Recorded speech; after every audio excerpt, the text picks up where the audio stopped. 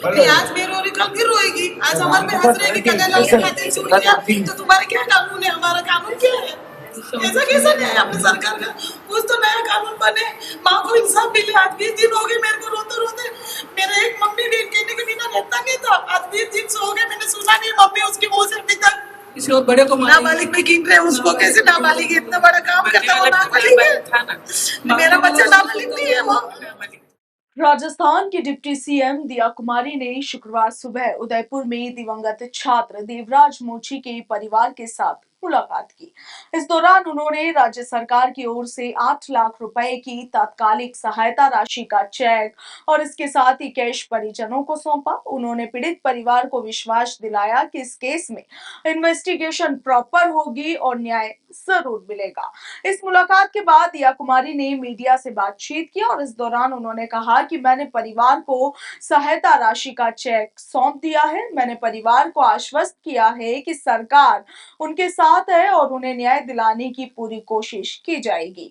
उन्होंने कहा कि उनके साथ जो हुआ वो बहुत गलत है और इसीलिए केस की मॉनिटरिंग क्लोजली होगी और इसके साथ ही अनबायस्ड तरीके से की जाएगी। प्रॉपर इन्वेस्टिगेशन इस केस में की जाएगी, उसमें किसी तरह की कोई कमी नहीं रहेगी। पीड़ित परिवार का पक्ष कोर्ट में मजबूती से रखा जाएगा, ऐसा दावा भी दिया कुमारी की ओर से किया गया। आपको बता दें कि पिछले महीने छात्र देवराज को उसके एक सहपाठी ने स्कूल लंच ब्रेक के दौरान चाकू मारकर घायल कर दिया था। इस घटना के बाद उसे अस्पताल में भर्ती कराया गया था, मगर 3 दिन बाद देवराज की मौत हो गई थी। दो समुदाय के छात्रों में हुई चाकूबाजी की इस घटना से उदयपुर में हिंसा भड़क गई थी और लोगों ने कई गाड़ियों को आग के हवाले भी कर दिया था। इसके बाद पुलिस ने मोर्चा संभाला था और इसके साथ ही कुछ दिनों तक वहां पर इंटरनेट सेवाएं भी बंद कर दी गई थी।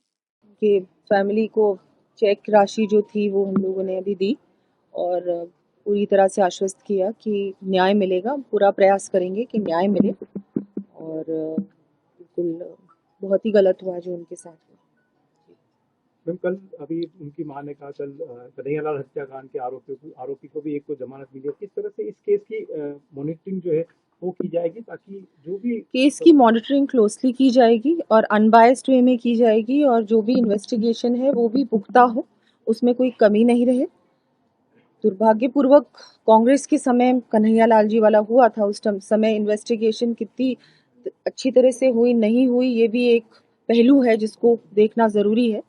बाकी जो निर्णय है कोर्ट का वो तो बिल्कुल सबसे महत्वपूर्ण है और हाँ वो तो हम लोग उसमें कुछ कह नहीं सकते, पर हाँ आगे जो भी कार्रवाई करनी है उस पर भी बिल्कुल की जाएगी और इनके लिए भी पूरी तरह से जो पुख्ता इन्वेस्टिगेशन है उस पर पूरी तरह से ध्यान देंगे और पक्ष इनका जो रखना है वो भी मजबूती से कोर्ट में रखने का हम लोग प्रयास करेंगे।